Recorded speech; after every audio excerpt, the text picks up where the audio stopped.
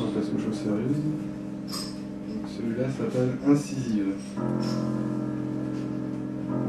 Alors, quelle puissance ancestrale et maléfique a su faire de moi cette bête au contour famélique? Quelle malfaisance m'a piqué le sens de ma vie oubliée? Par quel entendement suis-je condamné à voir au plus profond de la nuit? Par quel nectar impie dois-je assouvir ma soif désespérée? Dans votre sang, mon carnage, tel est mon breuvage. Il irrigue mes artères sans âge, il réchauffe mon corps sans image, me sort du cercueil sans endage. Tous les soirs je guette à la sortie des bars, autour de qui mon envergure se déploiera dans le noir. Les pas de qui je suivrai, les yeux hagards, au cou de qui je planterai mes dents poignards. Tremblez, courez, fuyez, hurlez, je frappe au hasard. Mort froide mais morsure, par ma bouche, écrin de ma morsure. Je viens pour vous boire, vous, les agneaux à égorger, vous, mon bétail à saigner, vous, mon cheptel à décimer, vous, mes poulets à sacrifier. Quelle gorge mes canines doivent-elles déchiqueter pour que cesse enfin cette cavalcade hallucinée? C'est fini.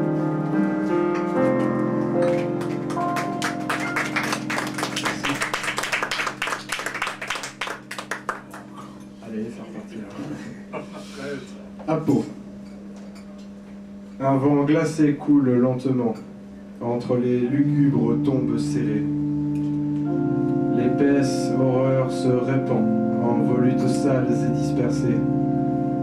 Le cimetière tremble sous la crépusculaire lumière de la lune bruneuse. Des doigts pourris fouillent le ventre humide de la terre baveuse. De la fenêtre à barreaux, je vois danser les ombres. Les branches d'un arbre noueux et sinistre projettent au plafond un balai d'aimant, muet et sombre.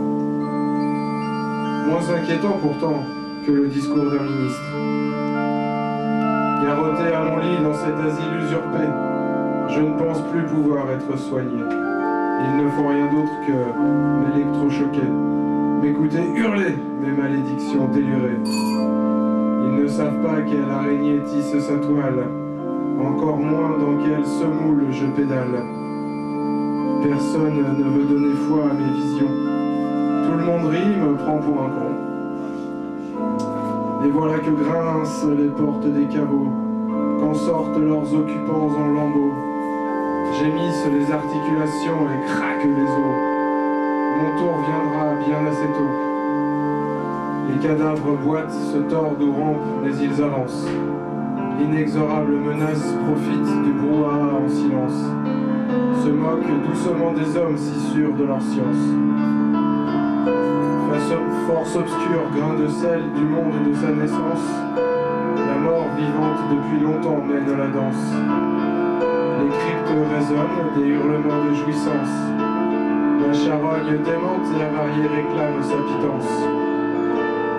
Nous sommes tous ingrédients de cette décadence, et nous sommes tous complices de cette déchéance. Pour personne il n'existera de clémence, fin du règne de la toute-puissance. Les appétits insatiables des zombies très vieille France nous appellent, tirons notre révérence. Dansons dans leurs bras décharnés la dernière danse. Que je souhaite dévorer le premier, prenez-le comme une avance. Si pour une fois, j'avais juste un peu de chance.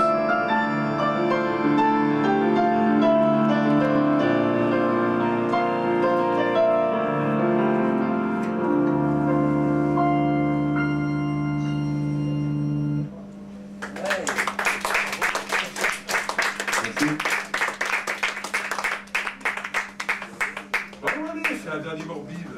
La dernière morbide, mais un peu plus... Ouais, un petit comme ça. Alors celui-là, c'est Le Père Noël est un zombie. Ah, on l'a déjà fait celui-là. Ouais.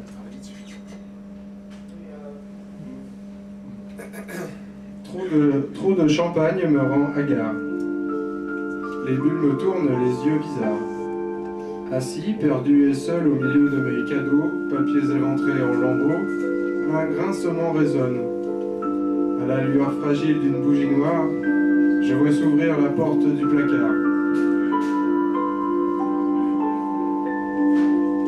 Un frisson me glaçonne. Je distingue ce qui en sort. Un mec en rouge qui a l'air mort. Dans son regard, plus rien ne bouge. Un bonnet mité tombant sur le côté. De son crâne aux trois quarts défoncé. Sa mâchoire déboîtée, ses mains squelettiques, s'ouvrent et se ferment frénétiques. Elle va se décrocher. Elles vont tomber. Plus lourdes qu'un sac de briques. Plus brûlantes qu'un courant électrique. Une horreur rauque et enrouée, voix échappée d'une gorge déchiquetée, se met alors à chanter dans l'espoir fou de me charmer. Avant, bien évidemment, de m'égorger de ses dents avariées. Puis de sa langue pendue et moisie, mon sang lapé. Joyeux Noël d'outre-tombe, bonne année de l'autre monde, tous assis sur une bombe, embrassez vite la main tranchée d'une blonde, dévorez les viscères fumants d'une brune, sucez les os d'une rousse, que la soif de nécrose vous pousse. Baissez-vous, servez-vous, et s'il ne doit en rester qu'une, peu importe le flacon, on se fout qu'elle soit blonde, brune ou rousse, du moment qu'avant de mourir, elle est la frousse, que tous des morts vivants nous devenions. Bonne année, bonne santé, merci.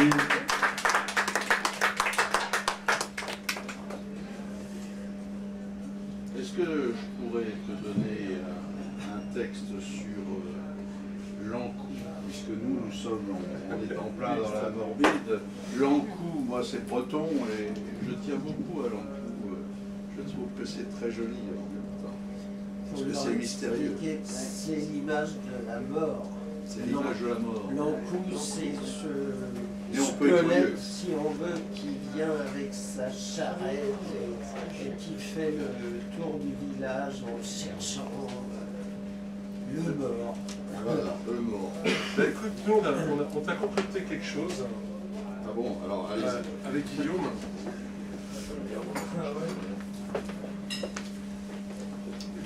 Ça, Lucien. Il est feignant hein, aujourd'hui. Non, tu sais, il amène tout le matériel avec moi. C'est vrai qu'on s'entend bien d'ailleurs. C'est pour ça. Tu fais bosser les autres.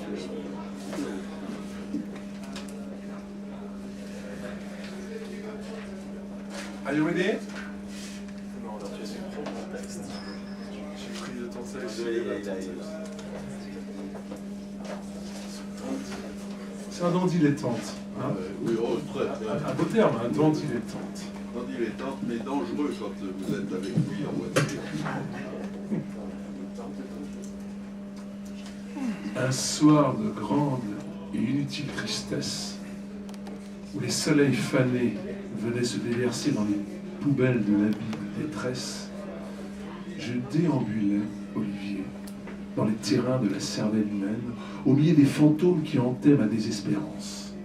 La nuit commençait sa valse noire et hallucinante. À la fenêtre de ma chambre, haute, dans le suaire des nuages, je regardais les toits sombres et funèbres qui transperçaient le ciel de leurs chrysalides tombeaux. C'était l'heure idéale, Lucien, où le diable s'invitait à ramper dans les armoires de l'implacable remords. Une étrange lumière se mit à transpirer ses larmes désenchantées. Sous la lune détrempée par l'invisible amertume, un plaisir délicieux traversa mon regard malheureux. Dans le spleen du néant, je vis Olivier une forme étrange et démesurée, qui m'apparut comme un astre superbe sur le seuil de l'illusion. Dans son habit de dandy prophétique, aux souliers de papier, ses cheveux noirs et brillants comme un noble linceul désirité, tombaient en avalanche sur sa redingote ondoyante et nacrée. Ses grands yeux de velours se posèrent sur mon visage pris en otage. Dans la lumière opiacée, sa voix de chat noir me miaula cette confidence. J'ai plus de souvenirs que si j'avais 1000 ans. Je sens vibrer en toi l'homme qui est là d'écrire sur les louanges des anges et la lune enchantée. Je t'invite au voyage antérieur, là où les morts sont joyeux. Et sans te mentir, c'est la nuit qui soulage les esprits dévorés par la douleur sauvage du poème indolent qui soupire en silence. Au fond d'un tiroir de la composite banalité, laisse-moi t'emporter au hasard de la rime, dans l'atmosphère des impasses sans issue, sur les bancs de chêne attachés au pavé, là où les vieilles Vénus pleurent leur jeunesse, dans le vin et l'opium des syllabes antiques, au bord de la déchéance d'un pays qui nous ressemble. Les muses sont malades, le temps mange la vie. Regarde cette mendiante rousse à la jupe trouée, sous la porte cochère attristement lascive. La misère en haillons fait jouir la bourgeoisie, qui, comme un vampire ivre de chair fraîche, dans le miasme plaisir du corps maladif, d'un peuple condamné aux cruelles caresses. Des monarques républicains qui font voter des lois et donnent des noms de rues aux poètes sans logis, qui pourrissent dans les taudis des paradis artificiels. Tiens, les porteurs de béquilles descendent sur la ville, les vieillards en guenilles grimacent leurs incessantes douleurs. Les squelettes des démons vicieux se mettent à danser sur la piste de bal, les monstres aux formes disloquées embaument les momies de leurs parfums visqueux. Les bossus édentés se balancent dans une molle étreinte, où les cadavres impurs, enamourés par la fiole de l'éther évaporé, se débattent les yeux gonflés par l'ivresse opiacée. Dans le cercle infernal de l'hallucinante immortalité, jadis dans leur splendeur, les petits princes et lubriques empereurs furent des infâmes assassins qui maudissaient nos âmes. Allons donc faire un tour du côté de l'aumône, dans le bric-à-brac du cimetière voisin, là où les sorcières faméliques dans le vent des corbeaux font danser les filles damnées au son du glas fêlé, pour compenser les mauvais tours de la défunte année. Voici les saltimbanques et les montreurs d'animaux qui, pour combler l'horreur sur les tréteaux dressés, font tourner les singes et les vieux ours enchaînés. Tu le reconnais, ce don géant, méprisant à l'œil fier, il n'a plus son sourire lubrique dans son sarcophage de pierre. L'enfer est une boutique où s'agitent en cadence les charognes lubriques infectées par le vice. Le paradis, un péché d'orgueil pour l'humanité qui se courbe à la pénitence pour confesser l'insanité. Les fleurs du mal ne peuvent pas fleurir sur les balcons de la malsaine désespérance, où le maladroit rimailleur en quête de reconnaissance attend son jour de gloire et de moribonde renaissance. Arrête de te morfondre au fond des îles de paresse en te prenant pour un de ces maudits poètes mystiques qui pleurent sur sa détresse comme un ivrogne stupide. C'est que demain, encore, il te faudra vivre. Dans l'horreur des domiciles aux guenilles sans adresse, aujourd'hui, demain, après-demain, souviens-toi que l'horloge qui bat 3100 fois par heure quand elle te chuchotera avec sa voix d'insecte métallique, que les portes de la perception sont toujours ouvertes à celui qui sait franchir les portes de l'invisible ascension. Souviens-toi, dans ces instants perdus, dans l'horreur et l'extase de la vie, que le temps est bien trop court pour regarder mourir les heures. Sur les pendules du diable qui battent au rythme du bien et du mal,